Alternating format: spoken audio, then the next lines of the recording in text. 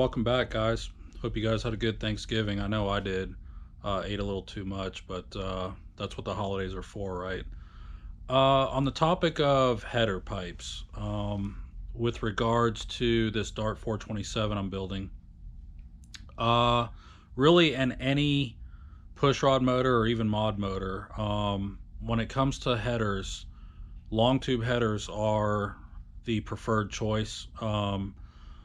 Are they a little harder to install? Yes. But some of them from different manufacturers, such as Cooks, BBK, um, they've pretty much got it down to an art where they're not too bad to install. The headers I'm choosing to go with are the BBK 1 3/4 long tubes to 2.5 inch collectors, ceramic coated. And what I want to do today is mock up the driver's side header on the engine, and at the same time we're going to determine where the dipstick mounting tab is going to go. So here's the actual driver's side header that we're going to be mounting. As you can tell, it's a BBK header, ceramic coated. I'm a big fan of the BBK long tube headers. The reason being is on Gunner, the gray hatchback, as you guys recall, and I don't know if I went through this, but that car has Cooks headers, 1 7/8 to 3 inch collectors. My issue with the Cooks is down here at the collector, they're all a slip fit. So all these 4 pipes are loose at the bottom, and then the collector slides on, and they're very hard to seal. So love the Cooks. They fit amazing. They sound amazing, but not a fan of all the leaks. So the BBKs on Ruby, I have the 302 version for the Dart 363 that's in her. No leaks whatsoever. Car runs amazing. So we're going to stick with the BBKs for this 427. Before we mock up the driver's side header, I want to go over the hardware that I use for mounting exhaust pipes. These are a godsend, guys. For us Fox Body guys out there, we all know that the header bolts are a 3/8 coarse thread, and normally all the header bolts, either aftermarket for the most part, generally speaking, also have a matching 3/8 head, hex head. I'm going to go over this part number here with you. If it'll zoom in, 400-1210 from ARP. These just so happen to be the stainless, but you can get these in chromoly steel. What's unique about this set right here is that it's still a 3/8 coarse thread to mount the header. However, the very head of the bolt on this particular set, it's actually a 5/16 wrench size. So in other words, it's a 5/16, but also it's a 12 point.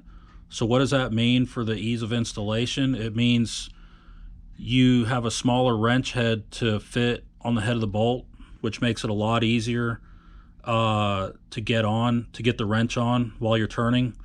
And also being it's a 12 point, you have more areas to, remove and recoup, and kind of turn it and keep going back and forth. So you're not limited to 6 points, but you have 12 points. So highly recommend these guys. Now these are available in also a 5/16, the same wrench head.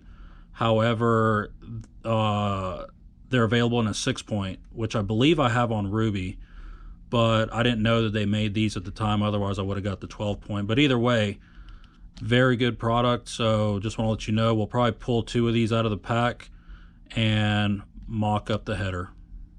So when it comes to header gaskets, for the most part, as long as the cylinder head calls for that port size, I like to use the Fel-Pro 1415s. Now these are kind of like a steel core laminate. They're pretty much made of the same material that a normal head gasket's made of. So they still have the steel, but they also have the graphite where they conform to, irregular shapes and whatnot, as far as, if your surfaces aren't completely flat. But I've had the best luck with this type of material. Now they have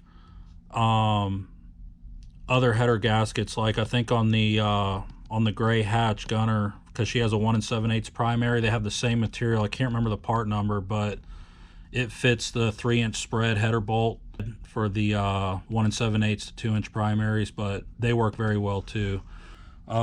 This is a spare set that I've had.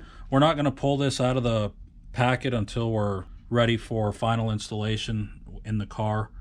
We don't need the gasket on to mock it up, but just wanted to show you these header gaskets. Alright guys, have the header kind of loosely mocked up for now, but I'm going to show you what I'm talking about here with regards to the head bolt, or header bolt, excuse me.